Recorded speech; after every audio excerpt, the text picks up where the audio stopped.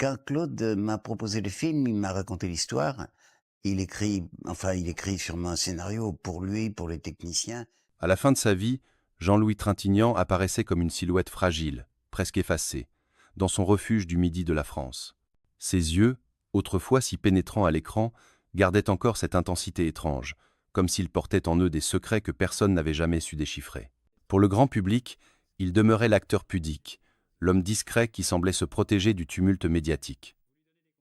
Mais derrière cette façade de calme et de silence, il y avait aussi un être humain, traversé par des blessures, des incompréhensions et des rancunes jamais totalement apaisées.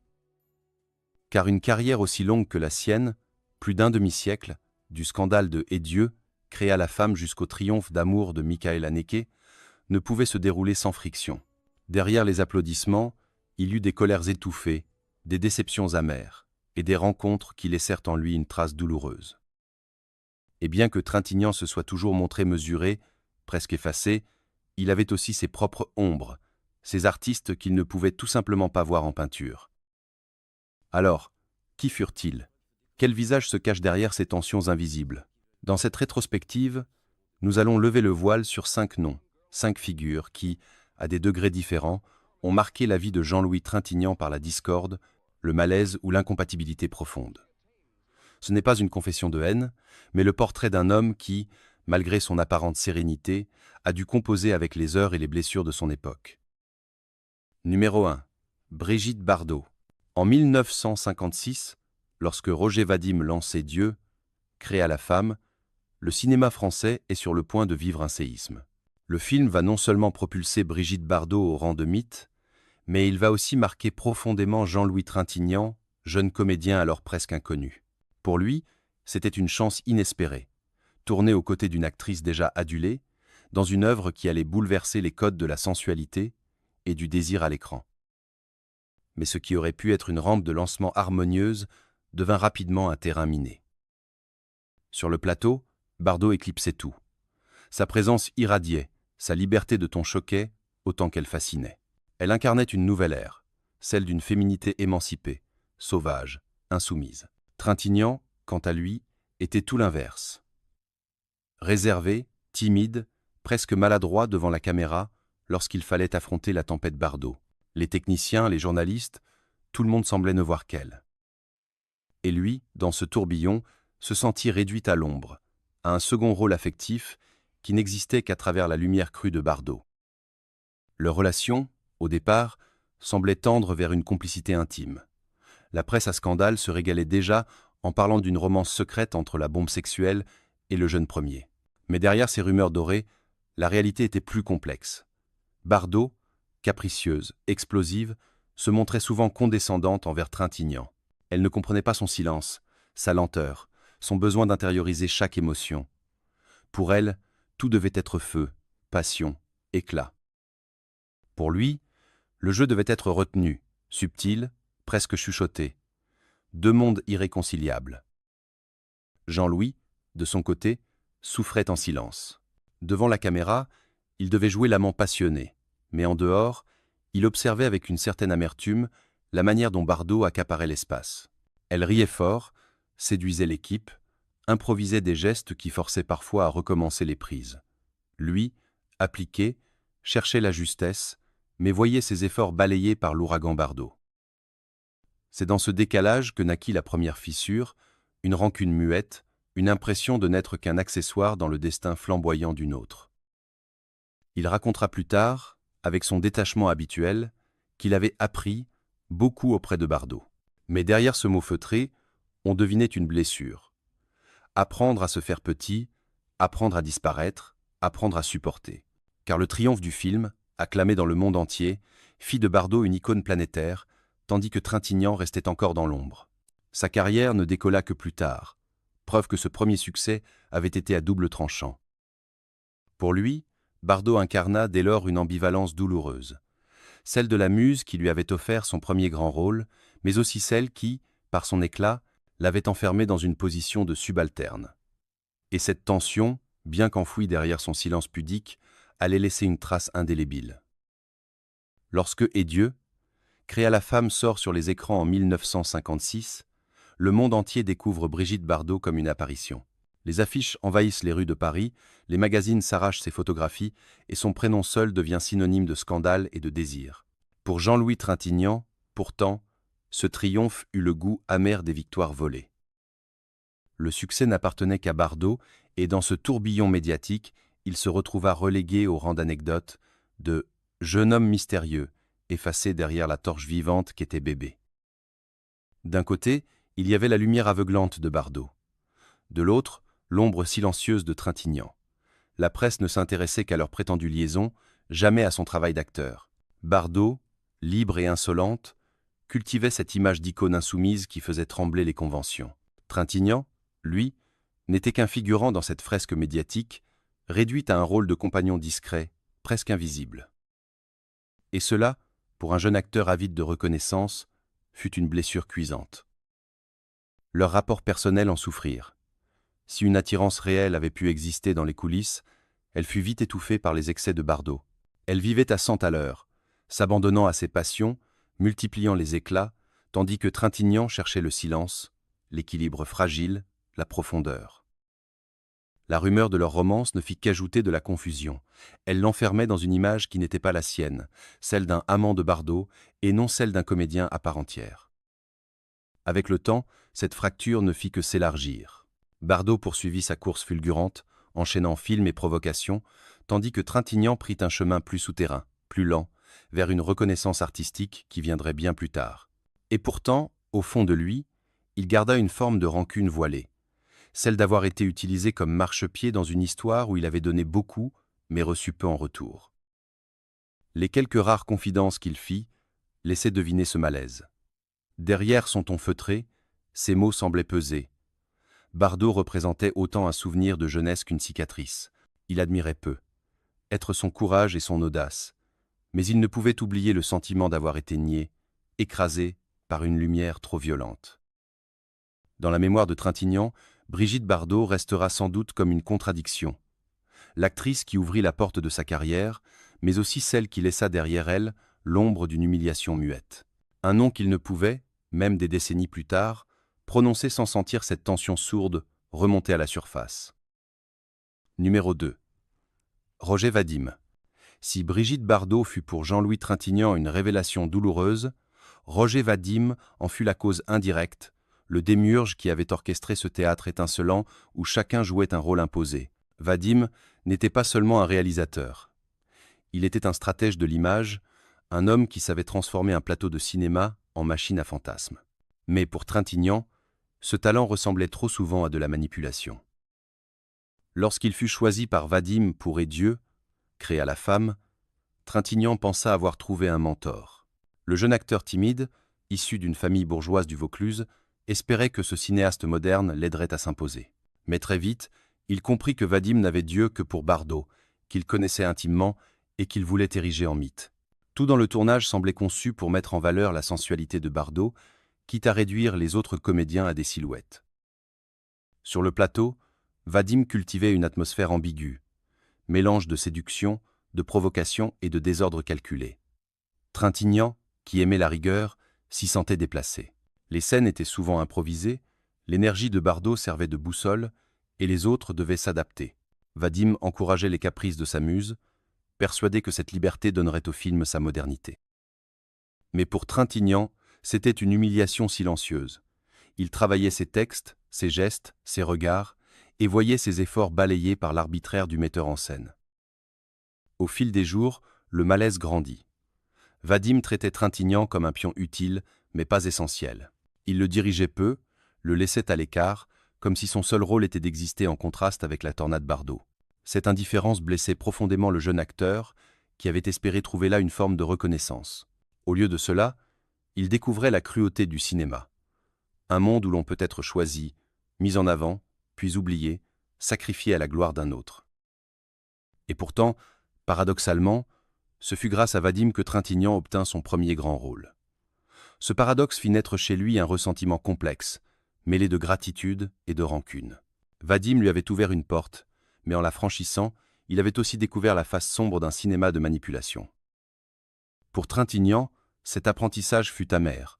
Derrière les sourires et les paillettes, Il y avait les calculs froids d'un réalisateur qui savait jouer avec les êtres comme avec des marionnettes.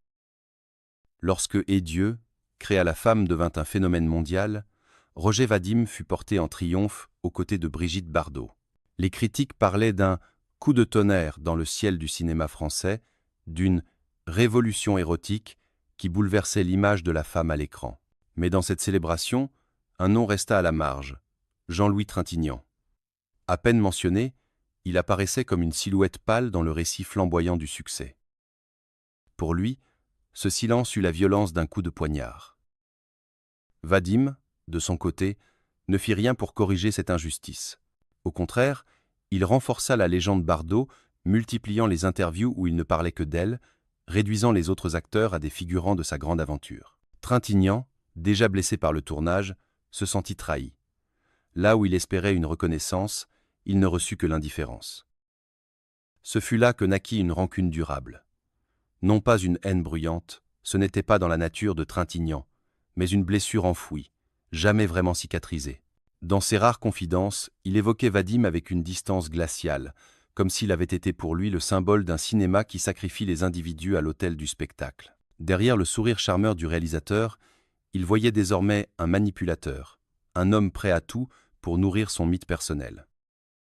Plus tard, quand il atteignit lui-même la reconnaissance internationale avec Un homme et une femme puis Z, Trintignant n'oublia pas cette première leçon. Le cinéma pouvait être cruel, injuste, et les metteurs en scène n'étaient pas toujours des guides bienveillants. Son jeu, de plus en plus intériorisé, traduisait peu, être cette méfiance. Il ne se livrait jamais totalement, il gardait toujours une part de retrait, comme s'il refusait qu'on l'instrumentalise encore. Roger Vadim, pour sa part, continua à briller un temps avant de décliner. Mais pour Trintignant, son nom resta associé à un souvenir amer, celui d'une jeunesse sacrifiée, d'un apprentissage brutal. Vadim avait contribué à le lancer, certes, mais à travers une expérience qui laissa derrière elle une empreinte douloureuse. En fin de compte, si Bardot représentait pour lui la blessure de l'ombre éclipsée, Vadim incarnait l'homme qui avait allumé le projecteur sans jamais penser à ceux qu'il laissait dans la pénombre. Numéro 3. Alain Delon. Jean-Louis Trintignant et Alain Delon naquirent presque au même moment, vécurent la même époque et grimpèrent les marches du cinéma français à quelques années d'intervalle. Pourtant, tout semblait les opposer. Delon était le soleil éclatant, le félin aux yeux d'acier, sûr de lui, magnétique, attirant les caméras comme les foules. Trintignant, lui, avançait dans l'ombre, silencieux, discret, fragile dans sa réserve. Deux figures qui incarnaient chacune à leur manière la jeunesse française des années 1960, l'un flamboyant, l'autre intérieur. Dès leur premier rôle, la comparaison surgit dans la presse. On parlait de Delon comme d'un nouveau Gabin, d'un héritier des monstres sacrés, alors que Trintignant apparaissait comme un comédien cérébral, presque trop effacé. Cette opposition agaçait profondément Jean-Louis. Il n'aimait pas les étiquettes, encore moins celles qui le reléguaient au second plan. Derrière ces silences, il sentait le poids de cette rivalité tacite. Delon, de son côté, n'arrangeait rien. Sur les plateaux ou lors des festivals, il occupait tout l'espace. Gestes larges, voix assurée, phrases tranchantes. Trintignant observait cela avec un mélange de fascination et d'agacement. Pour lui, le cinéma devait être un art de l'intime, du non-dit. Pour Delon, c'était une conquête, un terrain où il fallait dominer, séduire, imposer sa présence. Les producteurs eux-mêmes jouaient de cette opposition. Quand un rôle fort était envisagé, le nom de Delon surgissait immédiatement. Trintignant n'arrivait qu'après, comme une alternative plus sage. Cela nourrissait chez lui une frustration sourde. Non pas parce qu'il enviait le succès de Delon, il ne supportait pas la superficialité des mondanités, mais parce qu'il se sentait sans cesse réduit à l'ombre du géant. Un épisode illustre bien cette tension. Dans les années 1970, un réalisateur hésita entre Delon et Trintignant pour un rôle principal. Finalement, Delon fut choisi, car il faisait vendre. Trintignant l'apprit par la presse. Derrière son impassibilité habituelle, il vécut cela comme une gifle silencieuse. Il comprit qu'à Hollywood comme à Paris, le cinéma obéissait souvent plus au charisme tapageur qu'à la profondeur intérieure. Ainsi naquit une rivalité muette. Delon ne se gênait pas pour qualifier Trintignant de « trop austère », tandis que Trintignant, dans son silence ironique, considérait Delon comme trop bruyant. Deux visages d'une génération, deux approches incompatibles du même métier. À mesure que les années passaient, la rivalité entre Jean-Louis Trintignant et Alain Delon prit la forme d'une ombre persistante, jamais vraiment dite, mais toujours présente. Ils n'avaient pas besoin de s'affronter directement pour sentir ce fossé. Il suffisait d'un regard, d'une remarque dans la presse ou d'une nomination à un festival. Delon incarnait l'éclat, Trintignant la retenue. Et dans cet écart se cachait une tension inévitable. Les journalistes adoraient entretenir ce duel implicite. Ils posaient des questions piégées, comparaient leur carrière, leur style, leur rôle. Delon, fidèle à lui-même, répondait avec assurance. Trintignant est un grand acteur, mais trop discret pour marquer les esprits, comme je le fais. Derrière ce compliment apparent se glissait une pique cruelle, l'idée que Jean-Louis resterait à jamais un second rôle dans l'imaginaire collectif. Trintignant, fidèle à son tempérament, ne ripostait pas frontalement. Mais son silence, lourd et calculé, en disait parfois plus long qu'une déclaration de guerre. Sur les plateaux, lorsqu'ils se croisaient, les différences devenaient palpables. Delon arrivait entouré, sûr de son statut d'icône. Trintignant entrait presque en retrait, saluant poliment, cherchant son coin de solitude. Le premier imposait son rythme, le second s'adaptait en observateur. Pourtant, à l'intérieur, Trintignant bouillonnait. Il supportait mal cette arrogance, cette manière qu'avait Delon de tout transformer en affrontement d'ego. Mais si Trintignant souffrait de cette comparaison, il sut aussi en tirer une force. Là où Delon se lançait dans des projets spectaculaires, lui choisissait des films plus exigeants, plus politiques, comme Z de Costa Gavras, qui remporta l'Oscar du meilleur film étranger en 1970. Ce triomphe, Jean-Louis le vécut comme une revanche silencieuse, une manière de rappeler qu'au-delà des flashs, il existait un cinéma où l'intériorité comptait plus que le glamour. Delon, bien sûr, ne se sentit jamais menacé. Pour lui, Trintignant restait ce collègue taciturne, trop sombre, presque effacé. Mais dans les souvenirs de Trintignant, cette rivalité demeura une blessure tenace. Le rappel constant d'une époque où l'éclat tapageur prenait souvent le dessus sur la profondeur intime. Au fond, peut être que leur opposition symbolisait deux visions irréconciliables du cinéma français, celui des stars éclatantes, qui faisaient vendre, et celui des acteurs de l'ombre qui touchaient au plus profond de l'âme. Jean-Louis Trintignant, fidèle à sa pudeur, ne formula jamais une haine ouverte envers Alain Delon. Mais il était clair qu'il faisait partie de ces noms qu'il ne pouvait pas voir sans ressentir un certain goût amer, celui d'un miroir déformant où il se voyait sans cesse diminuer. Numéro 4. Claude Lelouch. En 1966, Jean-Louis Trintignant n'est plus un inconnu, mais c'est avec un homme et une femme que son nom va traverser les frontières. Le film de Claude Lelouch, tourné presque comme une improvisation poétique, devient un phénomène mondial. Palme d'or à Cannes, 2 Oscars à Hollywood et une musique, celle de Francis Lay, qui résonne encore aujourd'hui comme un refrain universel. Du jour au lendemain, Trintignant se retrouve propulsé au sommet. Pourtant, derrière cette réussite éclatante, les rapports entre l'acteur et son réalisateur furent loin d'être simples. Claude Lelouch était un homme de fougue et d'instinct. Il dirigeait avec passion, improvisant, laissant la caméra glisser, cherchant l'émotion brute plus que la perfection technique. Jean-Louis Trintignant, lui, était tout le contraire, précis, mesuré, obsédé par la nuance. Pour lui, chaque mot devait être pesé, chaque silence travaillé, chaque regard calibré. Dans cette opposition, la magie du film naquit, mais aussi une tension sourde qui allait marquer leur collaboration. Sur le tournage, Trintignant supportait difficilement l'approche au feeling de Lelouch. L'acteur aimait la préparation, les répétitions. Lelouch, au contraire, voulait capter l'instant, la vérité du moment. Plus d'une fois, Trintignant s'irrita de devoir répéter une scène sans indication précise, livrée à une liberté qu'il considérait comme une forme de désordre. Il craignait de perdre la maîtrise de son jeu, d'être trahi par une caméra qui saisissait l'imprévu plutôt que l'intention. Et pourtant, c'est précisément ce choc entre méthode et instinct qui fit la force du film. Le regard fragile et pudique de Trintignant, face à la spontanéité lumineuse d'Anouk Aimée, devint un symbole de l'amour moderne. Mais si le public fut conquis, Trintignant, en coulisses, garda un goût amer. Pour lui, Lelouch l'avait utilisé comme une pièce d'orchestre, sans toujours respecter sa sensibilité. Après Cannes, après Hollywood, alors que le monde entier célébrait Lelouch comme un génie, Trintignant ressentit une forme d'effacement. Il voyait le réalisateur s'approprier la gloire, parler de son intuition et de son génie, là où lui, l'acteur, avait donné une part intime de son être. Derrière son sourire discret sur les tapis rouges, il portait une blessure secrète, le sentiment que son travail avait été absorbé par une machine à succès qui ne lui laissait que les miettes de reconnaissance. Le triomphe de Un homme et une femme aurait pu sceller une relation durable entre Jean-Louis Trintignant et Claude Lelouch. Mais paradoxalement, ce succès fut aussi la source d'un éloignement progressif. Après l'ivresse des prix et des ovations, les divergences de caractère refirent surface, plus nettes encore. Lelouch aimait l'improvisation, l'élan, l'énergie brute. Il se plaisait à dire qu'un acteur devait oublier la technique pour se jeter dans la vie. Trintignant, lui, restait fidèle à sa pudeur et à sa rigueur.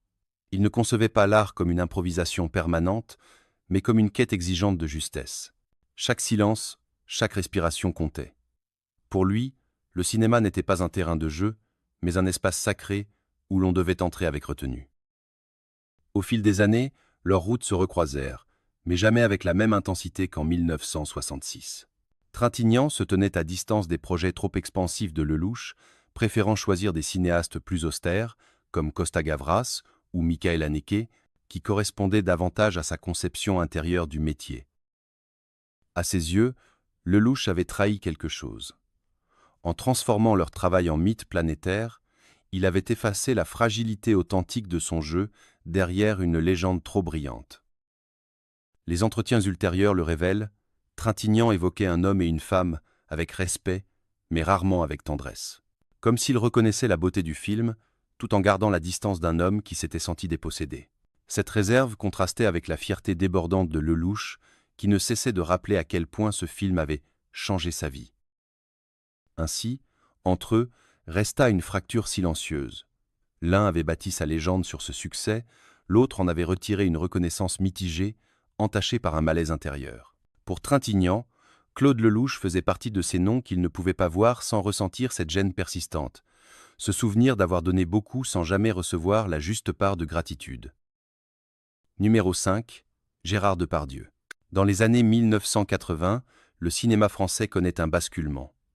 Une nouvelle génération d'acteurs impose sa voix, son énergie, son audace.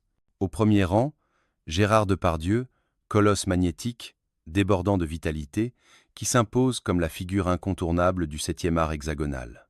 À l'opposé, Jean-Louis Trintignant, déjà reconnu, incarne une autre école, celle de la retenue, de la nuance, de l'intériorité. La rencontre entre ces deux univers ne pouvait être que heurtée. Depardieu représentait le contraire absolu de Trintignant.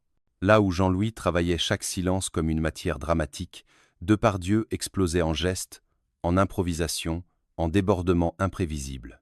Il entrait sur un plateau comme dans une arène, occupant l'espace, imposant sa voix grave et sa stature imposante. Trintignant, discret, presque effacé, observait avec un mélange de perplexité et d'agacement cet ouragan de vitalité. Lorsqu'ils jouèrent ensemble, la confrontation fut évidente. Depardieu ne supportait pas les silences trop longs, il cherchait le rythme, l'énergie, quitte à bousculer ses partenaires. Trintignant, au contraire, avait besoin de temps, d'une respiration intérieure pour que son jeu prenne vie. Deux tempos incompatibles. Pour les spectateurs, ce contraste pouvait sembler fascinant, l'orage face au murmure. Mais pour Trintignant, c'était une épreuve. Il confia plus tard qu'il trouvait Depardieu trop envahissant, incapable de respecter la fragilité d'un partenaire. À ses yeux, le jeune acteur incarnait une génération qui ne croyait plus en la pudeur, mais en l'excès. Cette vision du métier, il ne pouvait pas l'accepter. Chaque scène partagée devenait un combat invisible, une lutte pour conserver un espace où exister. Dans les festivals, cette opposition se retrouvait aussi dans leurs attitudes. Depardieu aimait provoquer, plaisanter, choquer. Trintignant se taisait, retiré, regardant cet étalage de vitalité comme une mascarade. Pour lui, Depardieu symbolisait une mutation inquiétante. Le cinéma ne se mesurait plus à la profondeur d'un regard, mais à la force d'un éclat. C'est ainsi que naquit une distance. Non pas une haine déclarée, mais un rejet instinctif, presque viscéral. Trintignant n'avait pas besoin de dire grand-chose. Il suffisait de voir son visage fermé lorsque le nom de Depardieu était prononcé pour comprendre qu'il faisait partie de ces artistes qu'il ne pouvait pas voir sans ressentir une certaine aversion. Les années 1990 confirmèrent l'hégémonie de Gérard Depardieu dans le paysage cinématographique français. Il enchaînait les rôles, de Cyrano de Bergerac à Germinal, devenant une véritable icône nationale. Mais pour Jean-Louis Trintignant, cette domination était le signe d'une époque qu'il ne reconnaissait plus. Lorsqu'ils se retrouvèrent sur certains projets, le fossé se creusa encore davantage. Depardieu arrivait sur un tournage avec une énergie débordante, prêt à improviser, à transformer une scène en un numéro personnel. Trintignant, lui, préparait minutieusement ses répliques, travaillait le moindre silence. Cette différence de méthode créait des tensions invisibles. Depardieu trouvait Trintignant trop figé, tandis que Trintignant voyait en Depardieu un acteur trop bruyant. Dans les coulisses, Depardieu aimait provoquer, raconter des anecdotes, séduire l'assistance par son humour excessif. Trintignant, fidèle à sa discrétion, se tenait en retrait. Cette incompatibilité sociale renforçait leur distance professionnelle. Là où Depardieu cherchait la camaraderie dans le tumulte, Trintignant aspirait au calme. Deux mondes qui s'excluaient. Plusieurs témoins racontent que Trintignant, après certaines prises, quittait le plateau avec une lassitude visible. Il se sentait étouffé, incapable d'exister face à l'ouragan Depardieu. Pour lui, jouer avec Gérard, c'était comme lutter pour ne pas être submergé. Et cette lutte permanente lui rappelait à quel point il se sentait étranger à ce cinéma de l'excès. Avec le recul, Trintignant ne s'exprima jamais publiquement avec virulence contre Depardieu. Ce n'était pas son style. Mais dans ses silences, dans son regard parfois ironique, transparaissait une vérité. Il ne l'appréciait pas. Depardieu incarnait une modernité tapageuse qui heurtait profondément son idéal artistique. Ainsi, dans la mémoire de Trintignant, Depardieu rejoignit la liste de ces artistes qu'il ne pouvait pas voir en peinture. Non par haine ouverte, mais parce qu'il représentait une génération et une manière de jouer qui lui était insupportable. Une fracture irréconciliable, inscrite dans l'histoire du cinéma français comme le symbole d'un choc de style et de vision du métier. À la fin de son parcours, Jean-Louis Trintignant avait choisi le silence et la discrétion. Retiré dans le Midi, il contemplait la vie avec cette mélancolie douce qui avait toujours habité ses yeux. Derrière lui, une carrière immense, jalonnée de films devenus des classiques, mais aussi de rencontres parfois douloureuses. Car même l'homme le plus réservé garde en lui des blessures, des visages qu'il n'a jamais pu apprivoiser. Brigitte Bardot, Roger Vadim, Alain Delon, Claude Lelouch, Gérard Depardieu, 5 noms différents, 5 univers, mais tous liés à une même expérience, celle du frottement, du malentendu, de l'incompatibilité. Trintignant ne les a jamais attaqués ouvertement. Ce n'était pas son style, mais son silence, ses demi-mots, ses réticences laissaient deviner une vérité cachée. Derrière la pudeur, il y avait des rancunes muettes, des cicatrices invisibles. Pourtant, ce n'est pas cela que l'on retiendra de lui, car au-delà des conflits, Jean-Louis Trintignant reste dans la mémoire collective comme l'acteur des silences bouleversants, des regards qui disent plus que 1000 répliques. Un artiste qui a toujours préféré l'ombre à la lumière tapageuse, la profondeur à l'éclat superficiel. Son héritage, ce n'est pas la liste de ceux qu'il ne pouvait pas voir en peinture. Son héritage, c'est l'intensité unique qu'il a offerte au cinéma, cette manière d'incarner l'homme fragile, blessé, mais terriblement humain. Et c'est ainsi qu'il demeura, non pas comme un homme de rancune, mais comme une voix intérieure, grave et lumineuse à la fois, qui continue de résonner bien après son dernier souffle.